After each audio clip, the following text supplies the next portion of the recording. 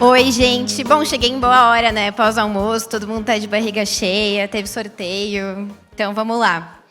Para a gente começar, eu vou me apresentar para vocês. Trabalho há 9 anos com experiências de design. Aqui eu coloquei 8, mas eu fiquei pensando assim, cara, agora em setembro fecham 9 anos já que eu tenho esse espaço de trabalho e sempre me identificando dentro do contexto de pesquisa. Apesar de trabalhar com design, a minha bagagem, né, de teórica ela vem de relações públicas e também sou mestranda de interações cognitivas. Na minha experiência, enfim, já desenvolvi estratégias de experiências para Grupo Boticário, Sicredi, Bradesco, Fiat, e hoje eu atuo como design lead nas lojas Renner. E eu acho que um ponto importante dentro desse contexto de imersão física, né, e varejo. Eu estudei arquitetura, não sou formada em arquitetura, mas estudei durante um tempo. E o meu pai, ele sempre trabalhou com obra de loja. Então, esse contexto também está bem conectado assim dentro de mim. E, bom, para a gente começar falando sobre jornadas memoráveis, né? Eu quero calibrar alguns conceitos com vocês. A teoria nos diz que para a gente construir uma boa experiência do cliente, a gente precisa atender expectativas e necessidades.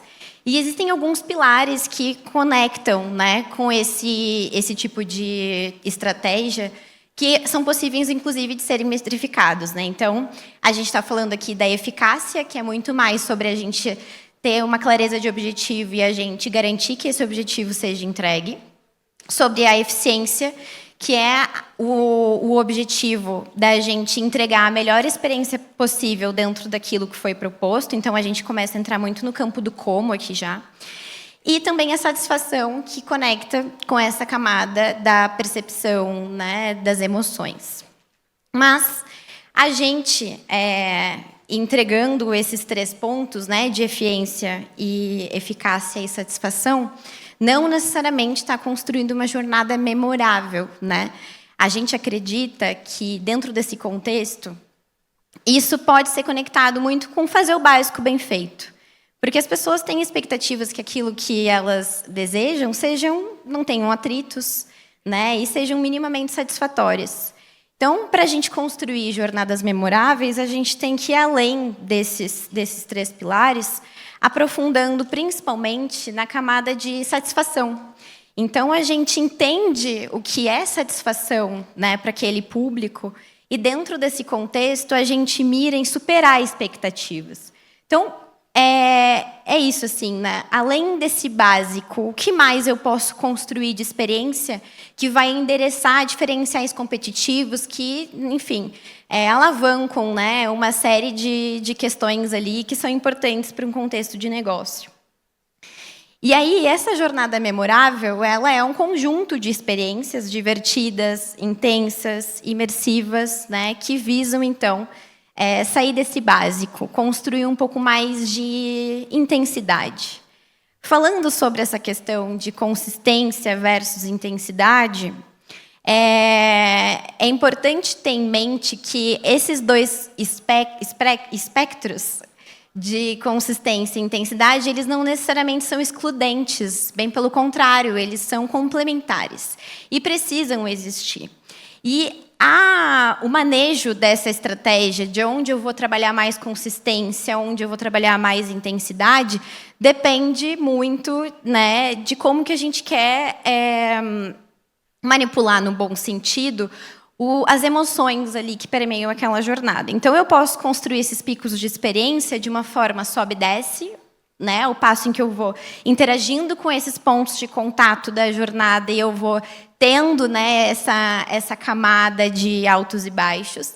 Também posso, se for assim o objetivo da estratégia do projeto, fazer um movimento de rampa, onde eu começo a aquecer ali um pouco dessa camada de sentimentação e eu trago, né, um pico de experiência mais para o fim, ou ao contrário.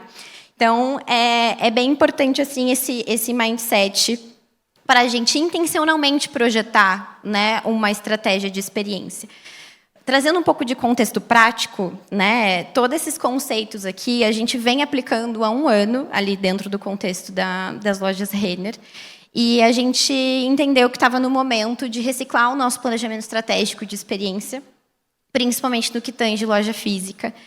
E aí, dentro desse contexto, a gente usou... a gente precisava de um ponto de partida, e a gente partiu desse framework aqui de radar estratégico, que ele é bem simples e ele é até óbvio, assim, né? Mas, em linhas gerais, significa que a gente tem que ter uma estratégia de negócio muito clara, né? A estratégia de marca, ela tem que definir um posicionamento para essa estratégia de negócio. E a estratégia de experiência, ela reflete a estratégia de marca. Então, aqui entra também o papel do design, como tangibilizador dessas estratégias de marca, desses conceitos, manifestos criativos. A gente usou esse tipo de mindset também para criar um campo de diálogo com os stakeholders que não estão necessariamente acostumados a falar sobre design. Que acho que vocês falaram um pouco sobre isso nas perguntas que vieram aqui no palco, enfim. E eu acho que quando a gente tangibiliza assim, também visualmente, aproxima um pouco mais as pessoas tomadoras de decisão. Porque, afinal, se a gente queria reciclar um planejamento estratégico de experiência, como a gente faz isso sem ter um board corporativo muito bem amarrado? Então, isso foi bem importante ao longo do processo. E aí, falando sobre estratégia de negócio, não vou entrar muito dentro desse contexto aqui do paradigma de montanhismo, mas ele acaba sendo importante porque a gente tinha esses dois contextos, assim, né? A estratégia ela poderia propor alcançar o ponto mais alto da colina atual, ou seja, a gente ser melhor aquilo no que a gente já faz, ou a gente migrar de colina, ou seja, direcionar o rumo para um outro negócio, seja mudando significado ou mudando tecnologia. Então, a gente entendeu isso e a gente começou a entrar na camada de estratégia de marca, né? Entendendo que cada ponto de contato da jornada é fundamental nessa construção de imagem de marca. Eles precisam ser complementares entre si para traduzir esse planejamento planejado. E, no contexto do varejo, a gente acredita que a loja física é o melhor canal para tangibilizar essas jornadas memoráveis. Por quê? Existe um cenário global, né? A gente meio batido esse discurso, mas com a pós-pandemia, a crise que se seguiu, enfim, as emoções ganharam um protagonismo muito forte, né, nas decisões de consumo, as nossas escolhas de compra, os itens que a gente consome, as marcas que a gente prefere se relacionar. Tudo isso está muito profundamente ligado à forma que a gente se sente e a como a gente quer se relacionar. Segundo a WGSN, a gente tem 3 emoções, né, que estão regendo também tendências de comportamento. Alegria estratégica. 6 de 10 dos nossos consumidores dizem que marcas divertidas fazem eles se sentirem melhor. Também existe uma busca por menos barulho, mais conexão humana, né, adotando o minimalismo de notificações. E cada vez mais essa relação complexa com a tecnologia e sustentabilidade, oscilando entre fascinação e apreensão.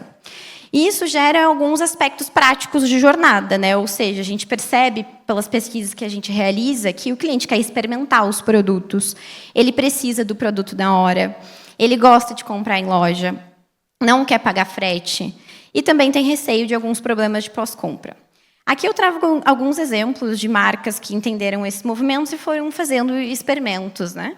A Oxo, em parceria com a Kit Kat, fez envelopou a fachada de uma forma muito lúdica aqui, para contar um pouco dessa história na arquitetura. O próprio Nubank também, né, criando a casa ultravioleta ali, criou esse espaço de desconexão com a tecnologia, né, e conexão humana, criando, inclusive, esse senso de pertencimento e comunidade.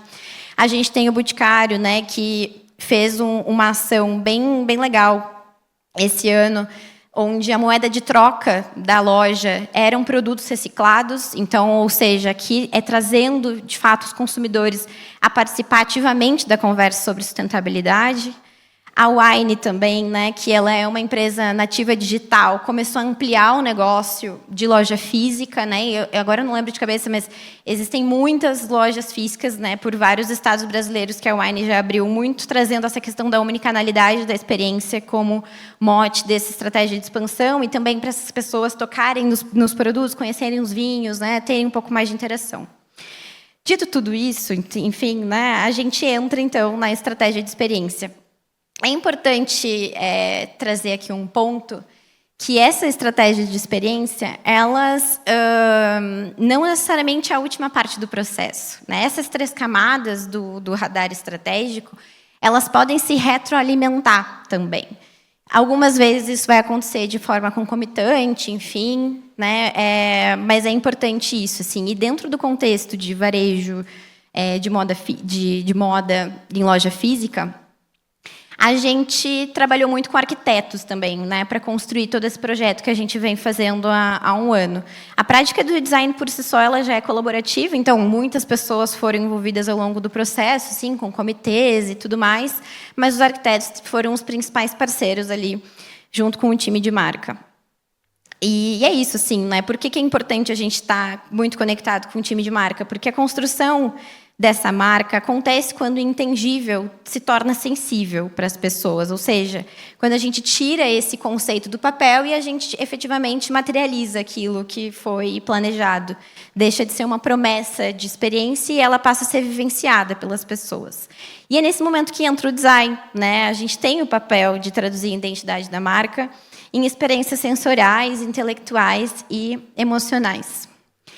Aqui eu trago um pouco das 3 emoções da marca, né, que é uma tese de doutorado da Maiara, que é isso, assim, ao longo que a gente vai mapeando a jornada, a gente vai encontrando essa amplitude dos pontos de contato. Essa amplitude dos pontos de contato, elas podem ser visualizadas tanto pelas etapas ali da jornada, quanto dos pontos de interação que existem, né, dentro de cada etapa. E aí, dentro desse contexto, a gente vai entendendo, de uma forma intencional, qual que é a profundidade das interações que a gente quer dar para cada momento.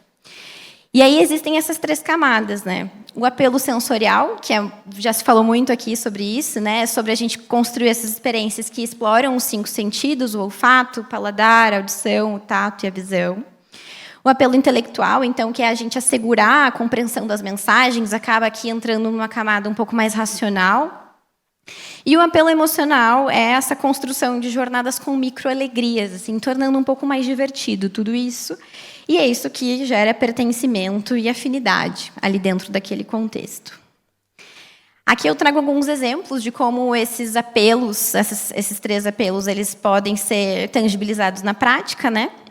Então, em apelo sensorial, a gente tem o som, né, que já foi muito falado também, a questão olfativa dos perfumes. Quantas vezes a gente não passa na frente de uma loja e a gente não identifica a loja pelo cheiro?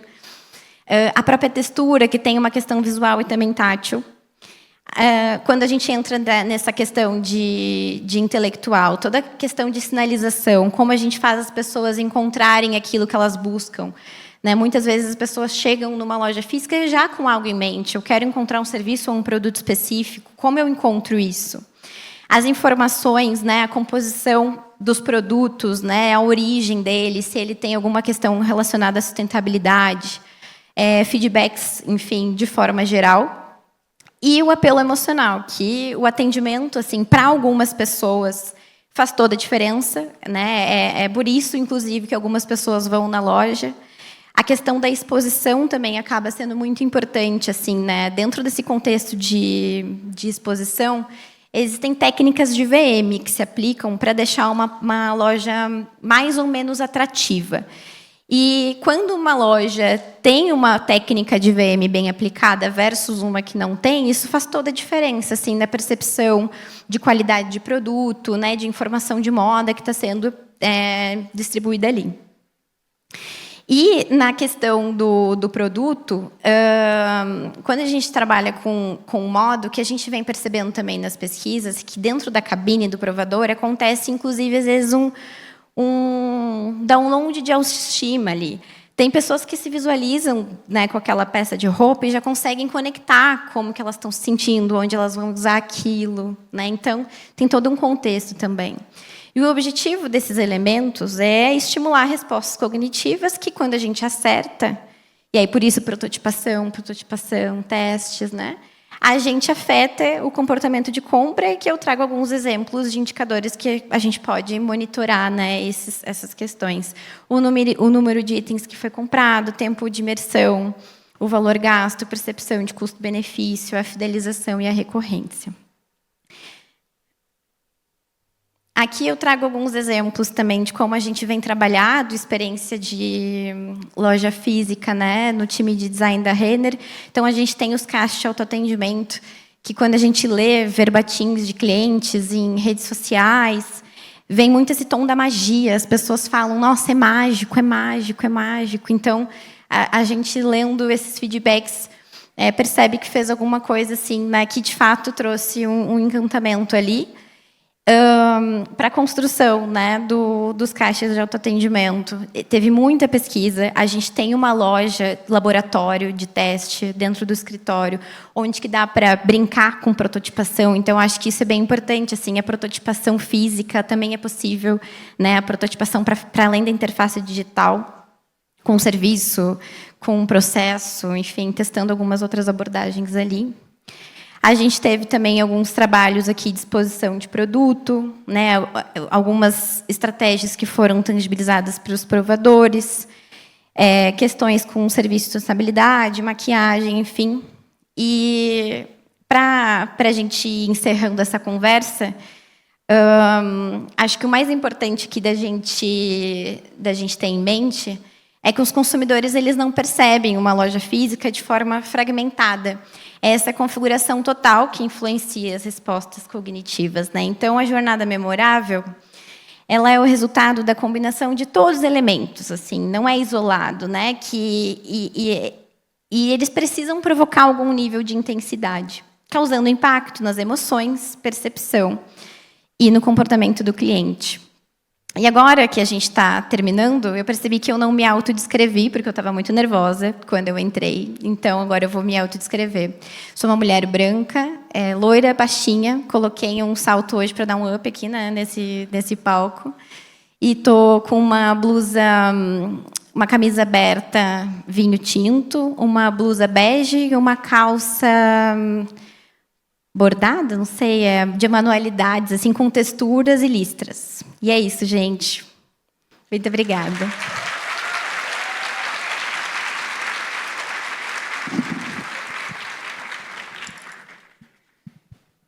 Que legal esse tema, menina! E aí, quem quer falar com a gente sobre jornadas memoráveis? Para aquecer o tema, eu queria te fazer uma pergunta. A vida acontece aqui, a vida acontece agora, mas quando a gente fala sobre uma experiência imersiva, tem todo um conjunto de processos, atividades, pessoas que sustentam essa experiência. Qual que é o desafio para manter isso funcionando? Isso é bem importante, assim, porque a gente acredita que uma experiência de cliente de loja, ela não existe sem uma experiência de colaborador também. Então, essas pessoas que fazem a loja acontecer, elas são fundamentais para todo esse processo. Por mais que a gente tenha agora, né, toda essa questão de omnicanalidade, de jornadas autônomas, autoatendimento, uso de tecnologia dentro de ambientes físicos, que sim, é bom, funciona e resolve um monte de coisa, ainda assim sempre vai ter o fator humano. E esse fator humano ele é super importante, assim, principalmente para essa conexão emocional ali do atendimento, né, da exposição. Como que a gente vai organizar isso? Então, essas pessoas são fundamentais, assim.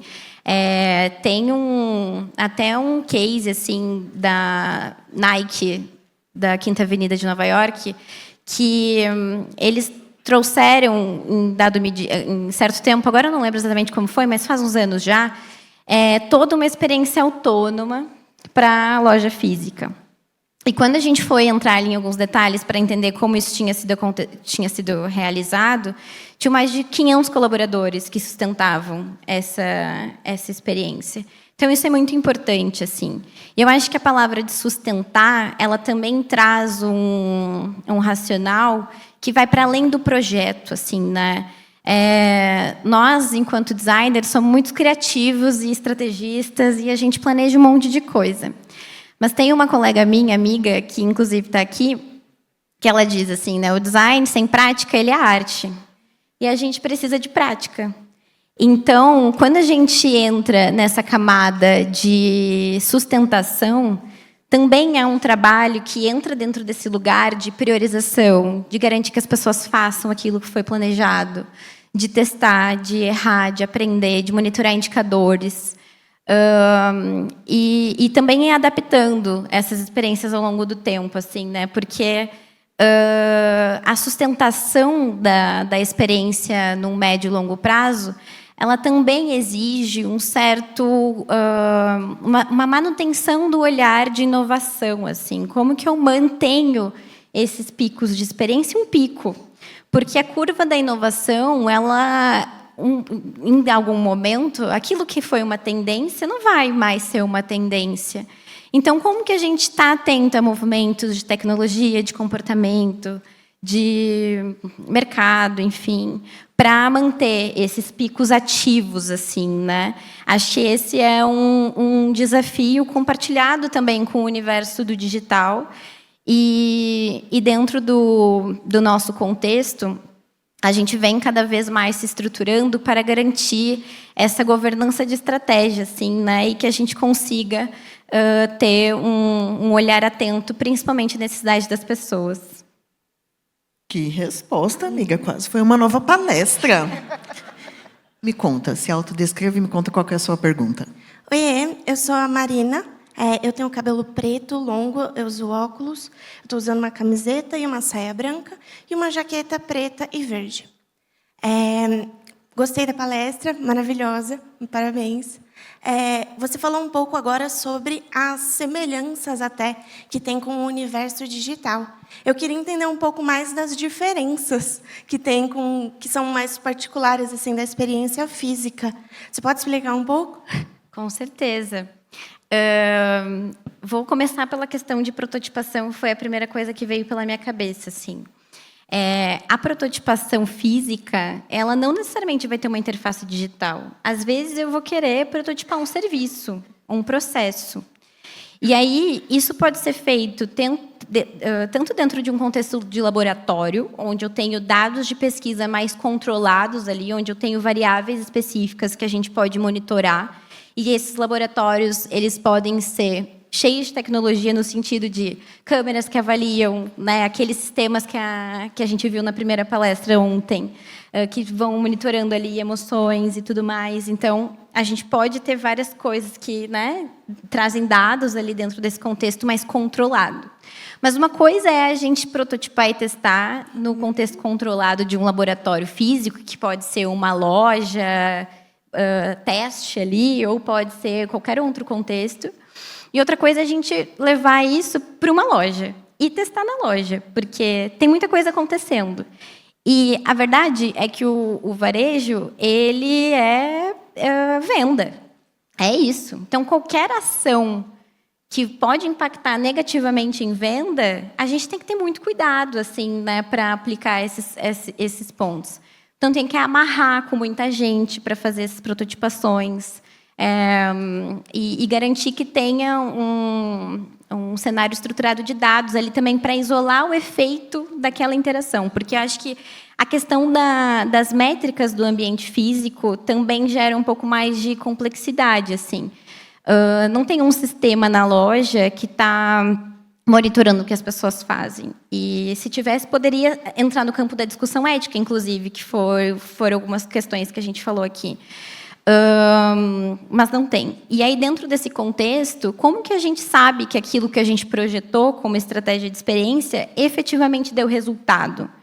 Né? Porque existem muitas coisas que estão acontecendo ali. Às vezes, vão ter fatores externos que vão influenciar dentro daquele contexto. Sei lá, atrasou um caminhão e tá uma loucura. E aí a gente resolveu fazer o teste aquele dia. Claro que o ideal não é isso, né? Mas às vezes pode ser que aconteça uma intercorrência. E aí, dentro desse contexto, acho que é isso, assim, a questão da mensuração, para mim, eu acho que é uma pauta que ainda exige um pouco mais de estudo, de conhecimento mesmo, para efetivamente entender se aquilo que foi intencionalmente projetado, quando a gente coleca, tem o efeito que foi que a gente intencionalmente colocado ali, sabe? Eu acho que é isso. Obrigada. Obrigada pela pergunta. Olá, boa tarde, eu sou a Adriele, tudo bem? Eu sou uma mulher baixinha, branca, de cabelo preto, óculos de acetato roxo, blusa azul de frio e calça preta. Eu adorei a palestra, principalmente porque, geralmente, quando a gente fala em UX, a primeira coisa que vem à cabeça é a experiência digital. E aí você falou que esse movimento começou mais ou menos há 1 ano e meio, e a minha curiosidade, eu queria saber como que foi esse pontapé inicial, e também o Grupo Renner tem outras marcas, como a Kamikado. Se nessas outras marcas vocês também pensam essa experiência ali das lojas, e isso daí. Perfeito. Esse contexto de estratégia e tal, do planejamento, que acontece mais ou menos há 1 ano, assim. Mas tem algumas dinâmicas que a gente atua no mundo físico há uns, sei lá, 6 anos, desde 2017. Desde 2017. Tenho a minha bancada ali de consulta. E a gente começou com movimentos pequenos, assim, né? Então, aplicativos de colaborador. Começando pelo universo mais palpável do digital. Então, aplicativo de colaborador, caixa de autoatendimento, algumas outras funcionalidades do aplicativo para usar em loja. Mas aí, ao longo do tempo, a gente foi entendendo que existiam oportunidades, principalmente no que tange design de serviço, assim. E a gente foi elevando um pouco mais essa profundidade, né, de interação com lojas. Então, é um movimento que já vem começando assim há um tempo, mas começou pela ponte mais óbvia, o digital. E aí depois a gente... Só que eu acho que, falando assim de maturidade e design, talvez, isso é muito uma opinião pessoal, o que a gente viveu, talvez, enquanto disciplina, há alguns 15 anos atrás, para ensinar as pessoas o que era UX, para PMs, para desenvolvedores, talvez no mundo físico a gente esteja nesse momento, que, para o digital, foi um movimento há muito tempo atrás, assim, de ensinar para arquitetos, para engenheiros de produção, para toda essa galera, assim, o que é esse universo. Acho que isso pode trazer alguns desafios, e que bom que o digital já alavancou abriu um pouco de caminho para a gente ter aprendizados. E para outra unidade de negócio? Todas as marcas têm uma preocupação em colocar o cliente no centro. Essa é uma estratégia da empresa, sim. E informações sobre como a gente se organiza no campo do design das outras marcas, né? Eu não posso compartilhar com vocês, mas é uma preocupação. A cultura da empresa é uma cultura de encantamento, assim. Isso é muito falado, isso é bem presente no discurso. E, com certeza, existem oportunidades, né? Muito obrigada. Boa tarde, meu nome é Gabriel, sou um homem branco, alto, cabelo cacheado, óculos preto, estilo aviador, uma camisa verde escuro, com uma jaqueta verde também, e calça e sapato em tons de bege. Você trouxe muito sobre o físico na questão de perfume, tato, que é algo muito presente em loja e que marca bastante a experiência do cliente. O que você vê de oportunidade hoje para e-commerce conectarem isso no digital? E, olhando para o futuro, qual você acha que deveria ser o caminho que deve ir, ou que você sonha, para chegar nessa experiência digital também, que tem os apelos que o mundo físico nos proporciona para a gente? Acho que isso é bem complexo, assim. E, como pesquisadora, a primeira coisa que eu penso é teria que fazer uma pesquisa. Mas acho que tem alguns lugares de experimentação, assim. Eu gostei muito na palestra de experiência sonora, quando se trouxe sobre trazer a sensação tátil do tecido para o som, né? Então, eu tô tocando num tecido macio e eu sinto um som de nuvem, alguma coisa dentro desse sentido. Acho que esse tipo de conexão assim possa fazer bastante sentido assim para as pessoas. Entendendo dentro do universo da perfumaria, né, como tu trouxe assim a questão do olfato, o que são essas notas do perfume? Assim, eu não sou uma pessoa especialista de perfume, mas assim, se é mais amadeirado, é mais floral. Como que a gente traduz isso, então, essas notas do perfume ali, né? Acho que poderia ir para um caminho assim. Não tenho tanta certeza, porque eu acho que teria que fazer uma pesquisa, mas eu começaria por uma hipótese aí. Estou achando vocês muito tímidos. Obrigado. Vocês querem falar sobre o ambiente de varejo? Vamos conversar, gente. Temos espaço, temos tempo. Vamos? Deixar qualquer pergunta, gente, sobre isso. Não precisa esperar uma pergunta maravilhosa, não. Mas a sua vai ser. Me diga. Tomara. Boa tarde, meu nome é Luísa. Eu sou baixinha, estou vestindo uma jaqueta preta por cima de um vestido de moletom marfim, com um tênis preto. Tenho cabelos pintados de ruivo até a altura do ombro e também estou usando um óculos de moldura vermelha. Na verdade, aproveitando que está com tempo, que não tem ninguém na fila, só fazer um comentário. Eu assisti a palestra de mais cedo e juntei com o que você estava falando agora há pouco, comentei com uma amiga. Eu dei aula para os estagiários da empresa há um tempo atrás, e no intervalo eles escolheram uma playlist de músicas que eles estão ouvindo. E na hora que começou a tocar, eu falei, gente, música de compra. De compra que toca na Renner. Eu frequento muito a Renner. E eu analiso tudo da Renner.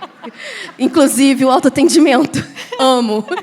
E aí eu falei, gente, essa música de compra da Renner. Porque quando eu vou lá, eu fico no provador dançando essas músicas. Amiga, isso sua é muito pergunta. legal. Então, a minha pergunta é a seguinte. No ambiente físico, né? A gente está falando de pensar para o ambiente físico, mas a gente está falando de um Brasil multicultural e com comportamentos diferentes. Total. Vocês estudam por regiões, como vocês fazem alterações nessa experiência de pessoas que estão no norte, diferente das pessoas que estão no sul, ou em diferentes estados ou cidades de interior. Como que vocês trabalham, como que vocês estudam esses usuários?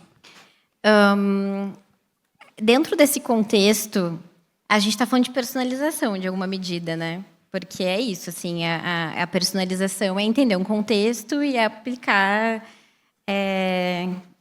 estratégias específicas.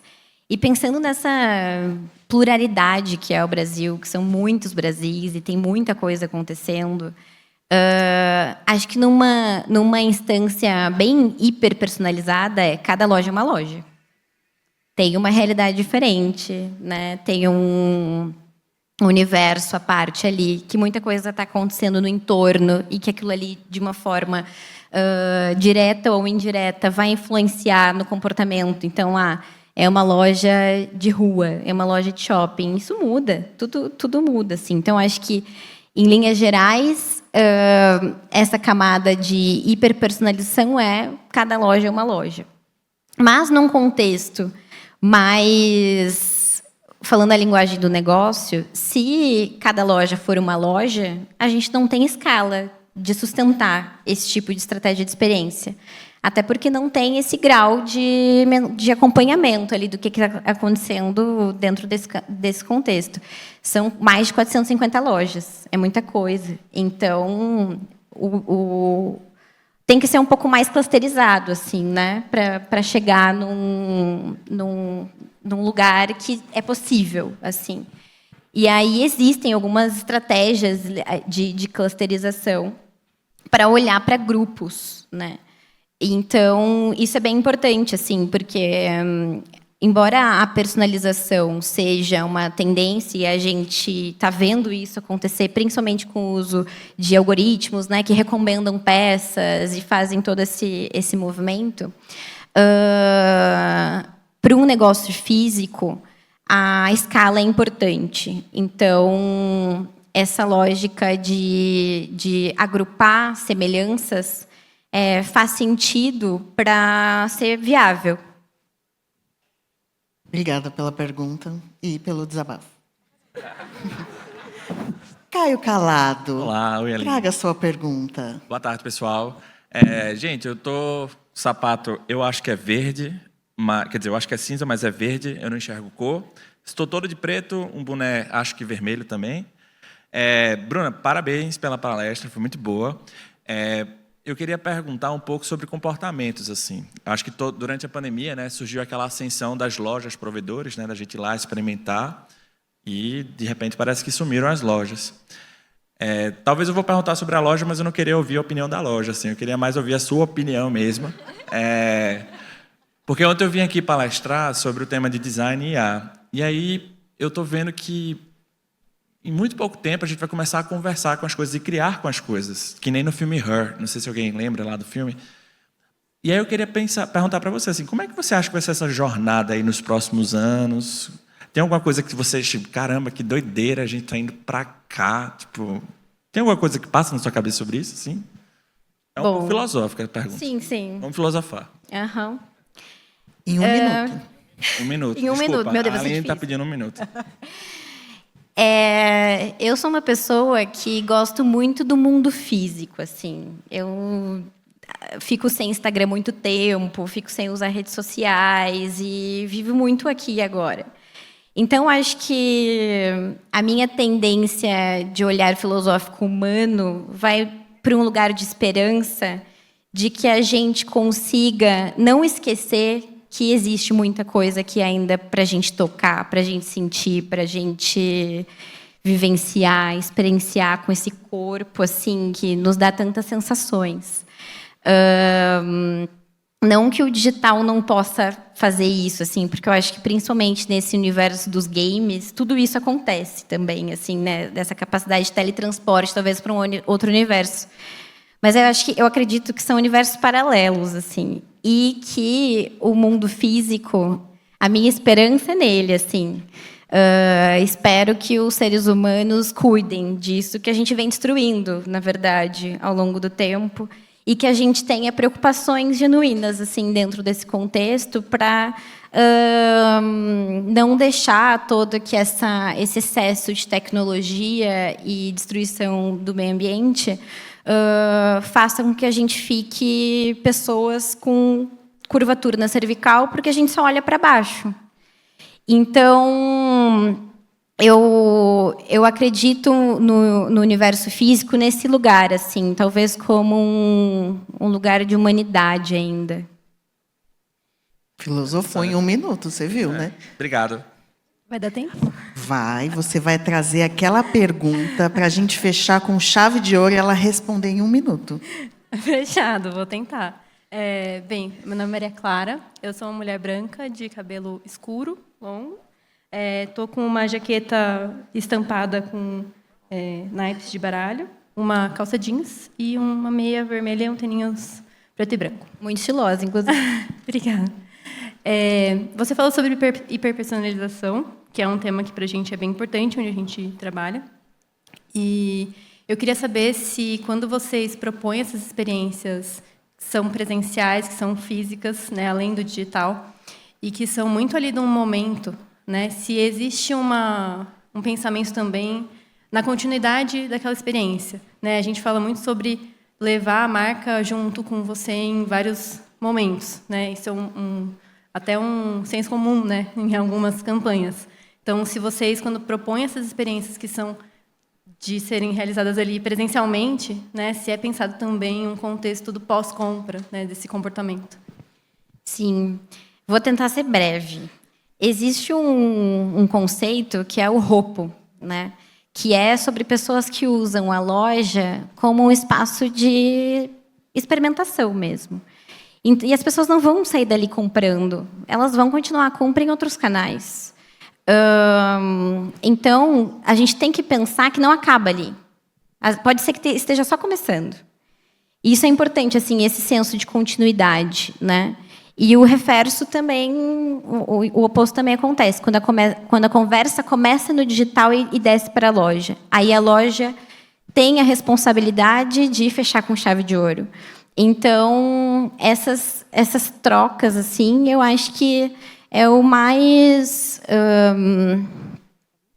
talvez, intrínseco assim, da omnicanalidade. Não acaba, é muito cíclico assim, o comportamento de consumo hoje, né? E fechou com chave de ouro. Palmas para a Bruna, gente.